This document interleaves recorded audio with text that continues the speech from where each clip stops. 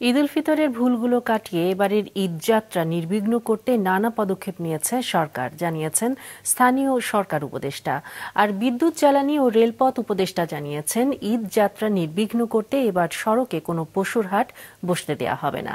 সকালে রাজধানীর বিদ্যুৎ ভবনে ঈদ উল আজহা উপলক্ষে সড়ক ও রেলপথে যাতায়াত নিরাপদ ও নির্বিঘ্ন করতে অংশীজন সভা শেষে এসব কথা জানান তারা।